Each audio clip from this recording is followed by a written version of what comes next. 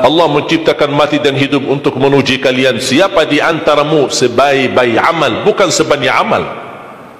Allah tidak minta tahajud sepanjang malam. Bisa 2 rakaat tutup witir, sudah tahajud itu. Tahajud tidak harus 8 rakaat, tidak harus sunnah hajat, sunnah wudu, sunnah taubat, sunnah apa lagi. 2 rakaat tutup witir, sudah tutup, selesai. Ahli witir, ahli tahajud sudah cukup. Puasa Ramadan, kita selain bulan Ramadan diberikan kemudahan puasa Isnin Kamis. Kalau tidak bisa 1 hari 1 minggu, kalau tidak bisa pun 3 hari 1 bulan. Diberikan kemudahan, tidak diminta banyak, tidak dibebankan. Wallahi mudah apa yang diberikan oleh Allah dan Rasulnya, mudah diamalkan, tapi pahalanya amat dahsyat. Barang siapa, Rasulullah SAW bersabda, man sama yawman fi sabilillah ba'adahu Allahu 'anil nari 100 am. Barang siapa yang berpuasa 1 hari karena Allah, akan Allah jauhkan dari neraka 100 tahun. Ini 1 hari. Bagaimana kalau 30 hari Ramadan? Bagaimana kalau bisa tambahkan salat sunnah-sunnah yang lain? Salat duha, kesempatan, tidak harus 8 rakaat, tidak harus 6 rakaat, tidak harus 4 rakaat, 2 rakaat, dan tidak harus dibaca wasyamsi wa duhaha. Banyak jemaah curhat kepada saya, keluhannya apa? Saya tanya, saya ingin salat duha, tapi susah, saya tidak bisa hafal wasyamsi wa duhaha dan wadduha wal laili idza saja. Masa gara-gara tidak hafal wasyamsi wa duhaha wa duha tidak salat duha? Walaupun tidak hafal, mohon maaf, hafal qulhu, baca qulhu. Rakaat pertama qulhu, rakaat kedua tak apa-apa, qulhu lagi. Asal duha terjaga. Betul? Witir jangan lewat 1 malam tidak witir. Walaupun tidak tahajud. Iman sah witir tambah tahajud, boleh witir walaupun tidak tahajud.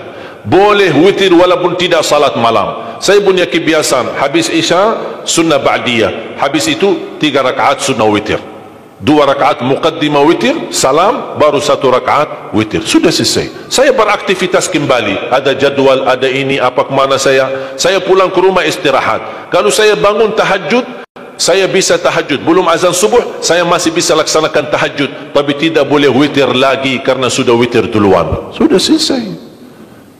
Rasulullah SAW bersabda, Inna Allah witir, yuhibbul witir fa'autiru. Allah maha witir, Allah cinta witir, jagalah witir. Amirul Mu'minin Umar bin Khattab ketika ditanya, kenapa wahai Amirul Mu'minin suka witir sebelum tidur? Kata beliau, saya khawatir meninggal dunia dalam keadaan tidur belum witir. Salat witir, kalau tidak berkesempatan salat malam tidak apa-apa, tapi sudah namamu tertulis ahli witir. Kalau bapak-bapak, ibu-ibu yang sudah biasa bangun tengah malam, suka bangun tahajud, sudah terbiasa, tak apa-apa, boleh witir belakangan. Tapi kalau ada yang merasa kekhawatiran atau tahu dirinya suka malas, bangun tapi malas-malasan, berat untuk laksanakan, daripada kita ketiduran, tidak salat sama sekali, mendingan witir amankan dulu. Diamankan witirnya supaya tertulis namamu ahli witir. Kalau sempat tahajud syukur, tidak sempat alhamdulillah sudah tertulis nama kita ahli witir.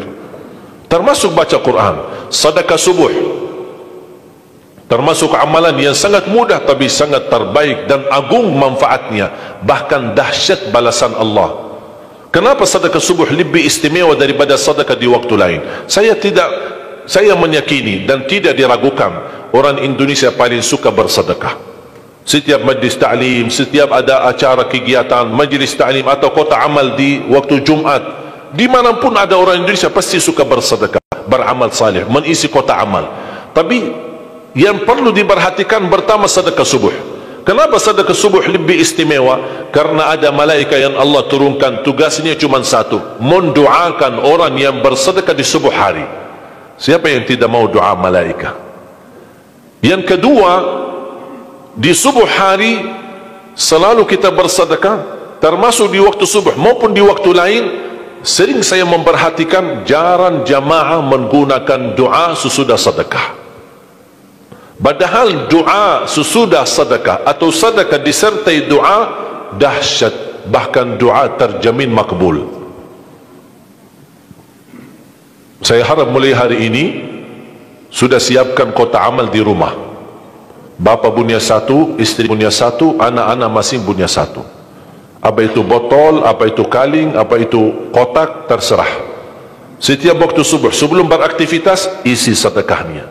Kalau bisa isi disertai doa. Pasti banyak hajat bapa ibu.